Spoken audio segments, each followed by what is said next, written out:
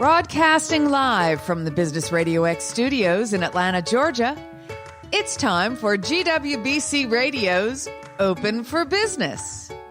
Now, here's your host. Lee Cantor here, another episode of GWBC Open for Business, and this is going to be a good one.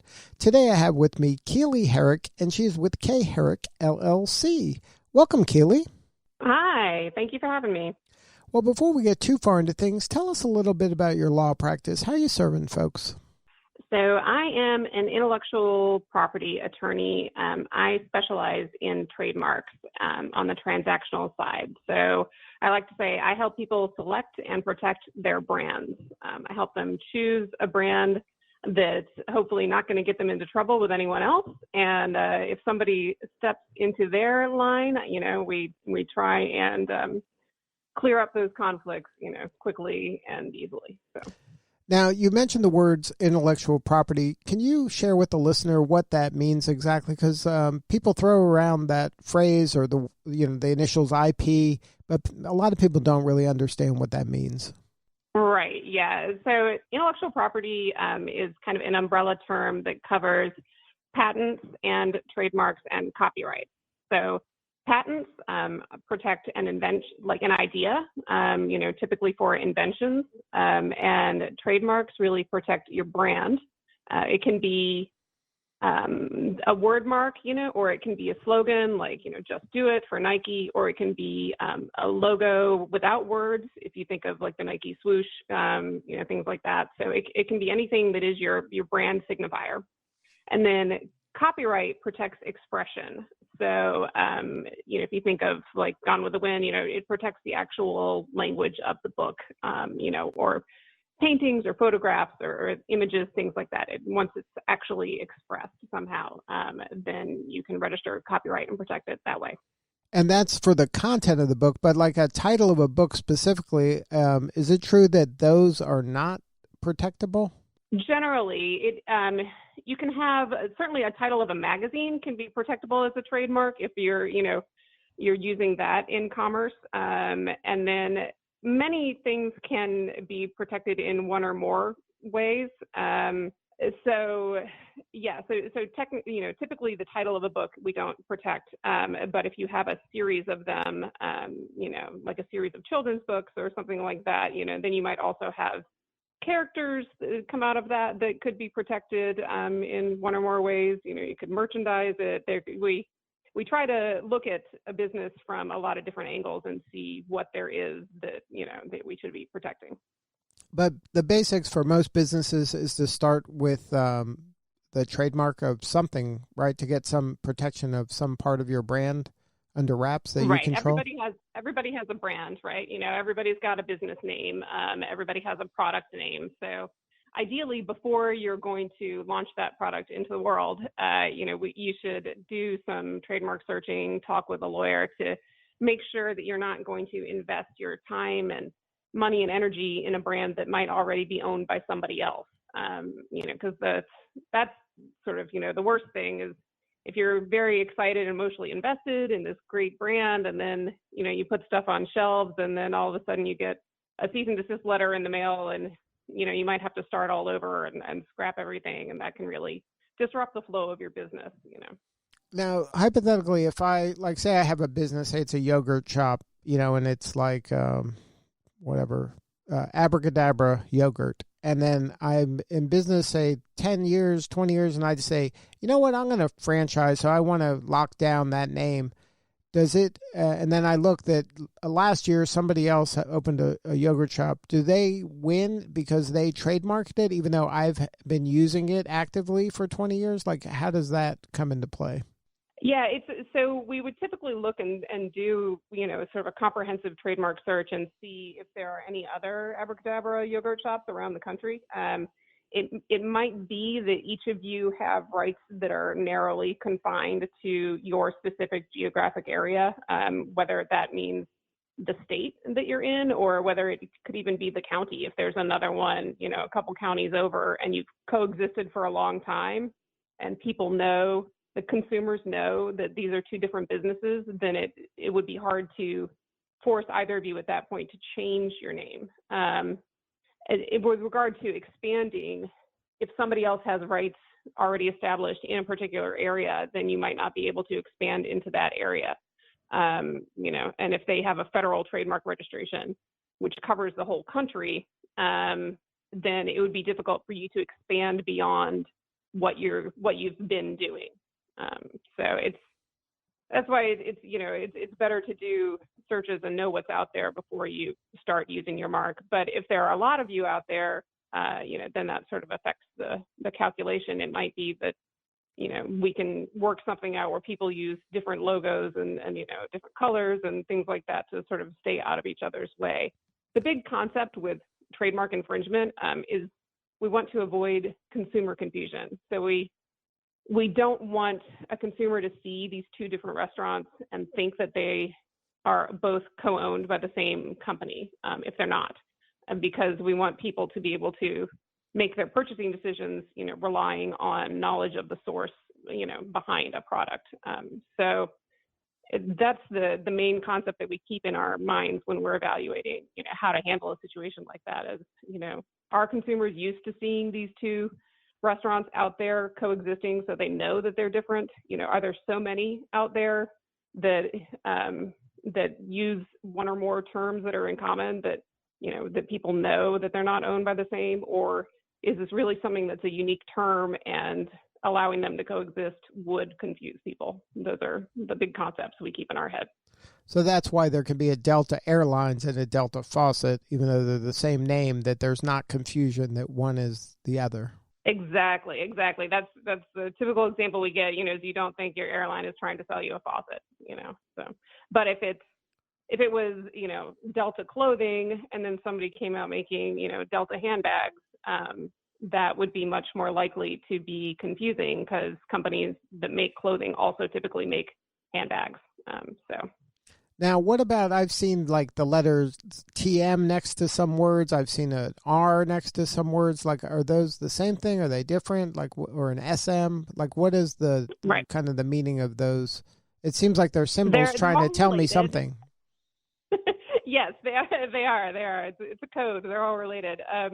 The big one is the R in the circle is used to indicate that is a federally registered trademark. So you're not supposed to use the R in the circle next to a term unless you have a current registration for that mark for the goods that it's being used on. To use it when you don't have that, even if you just have an application and it hasn't been registered yet, it hasn't gone through the process, that could be considered fraud. So that's the one we want to avoid making a mistake on. But the TM and the SM are really things that you can use at any point just to indicate that you consider this your brand. The TM means trademark and the SM means service mark. People use them somewhat interchangeably. The real difference between a trademark and a service mark is that trademarks are used in connection with goods, and a service mark is used in connection with services. So typical example I give for that is McDonald's can be both, because when it's used on hamburgers or French fries, then it's a trademark. Those are goods. Those are tangible physical goods. But when it's used in connection with providing restaurant services, then it's a service mark.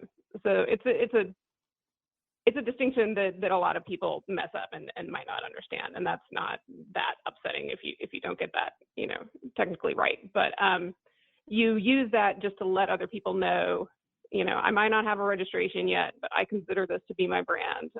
So back off and don't use a similar mark, basically.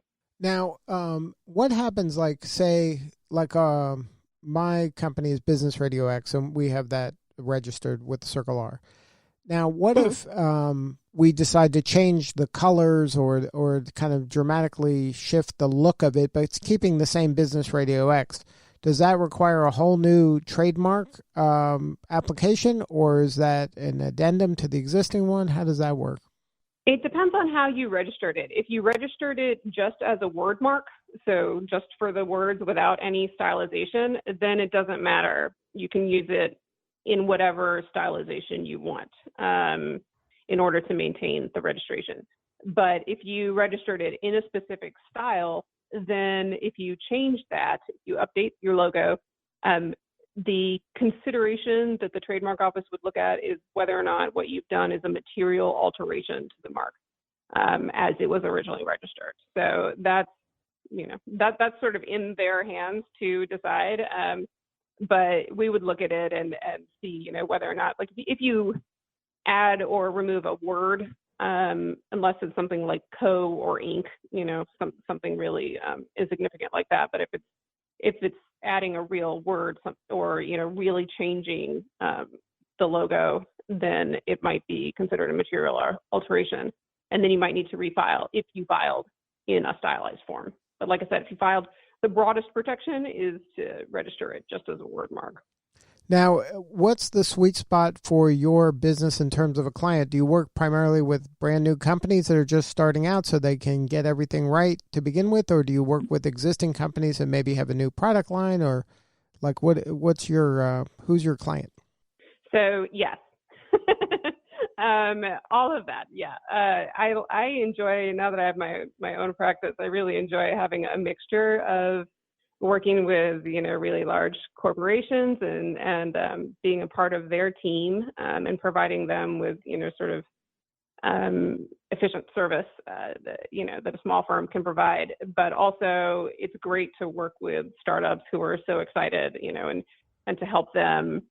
Really, they really can't afford a lot of times to, invest in a brand that they have to end up scrapping and reworking. So it's exciting to work with them as they're initially launching a business. But the larger companies as well, they always have new products coming out and new slogans and new ad campaigns and all of that. They're in a different position because they have so much exposure. Everybody sees something that a really large company does, and people think they have deep pockets. And so, you have to take that into consideration when, advising them, versus a smaller company may have much less exposure, but they may have much less risk tolerance, right? So we try and keep everybody out of trouble and, try and keep everything running smoothly so that the businesses can do what they do. Now, how does a business kind of protect their trademark once they have it? Like, how do you even know? Like, if I'm based in Atlanta, Georgia, how would I even know if somebody in, like, Wichita is using my marks? Yeah, these days the world is smaller and smaller, right? With social media and all of that, people may tell you, first of all, they may get in touch with you and say, hey, I didn't know you had a business here or something like that. But there are also watch services that we can set up that will, sort of let us know and monitor things like that. Also that, can monitor the trademark office filings to let us know if somebody's filed an application that's similar to, a mark that we have registered or, a mark that we're just watching. So there are services in place that we can use to help us with that.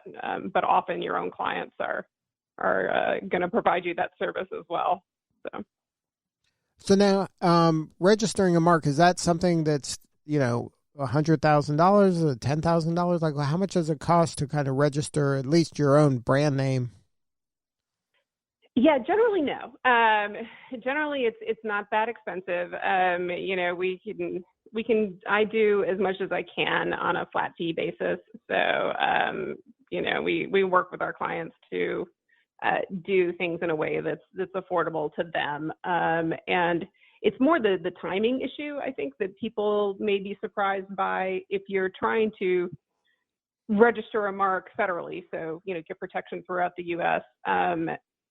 The fastest that may happen from the date of application would be about 9 or 10 months. And it typically can take significantly longer than that.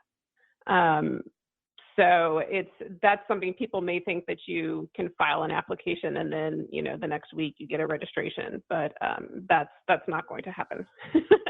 But in terms of cost, no, it can be easily, just a couple of $1,000s, but if it's the only way that it gets expensive is if somebody files what's called an opposition against your application. And at that point, then you could get into what's like a mini litigation back and forth if you fight over who has superior rights to the mark. That said, you don't have to go forward with something like that. If you get an opposition and you decide, you'd rather not pursue it, you can just stop. You can abandon the application and stop spending money, and then choose a different mark at that point and start over. But so it can get expensive, but only if you're really engaging in a battle and that you're choosing to continue to engage in. So. Now, tell me about your relationship with GWBC. How long have you been involved with them, and how have you benefited from the relationship? Yeah, we got registered very quickly after we formed the firm in 2015. Yeah, so a few years now, and I've enjoyed I like doing their like tables of 8, their networking events. Those are, their lunches. Those are pretty fun. It's nice to meet the other business owners. And I've found that a few of the larger corporate clients like to see the certification, because they like to know for their records that they're using a certain number of, minority and women-owned businesses as part of their team. So it helps that way. Now, if somebody wanted to learn more about your firm or have more substantive conversation, do you have a website? I do. It is www.KHerrickLaw.com, and my contact information is on there, so you can send me an email and set up a time to talk. Well, Keely, thank you so much for sharing your story today. Yeah, no problem. Thank you for having me. All right. Once again, if you want to get a hold of Keely, her website is KHerrick.law.com. Once again, Keely, thank you so much for being part of the show. Thank you. All right, this is Lee Cantor. We'll see you all next time on GWBC Open for Business.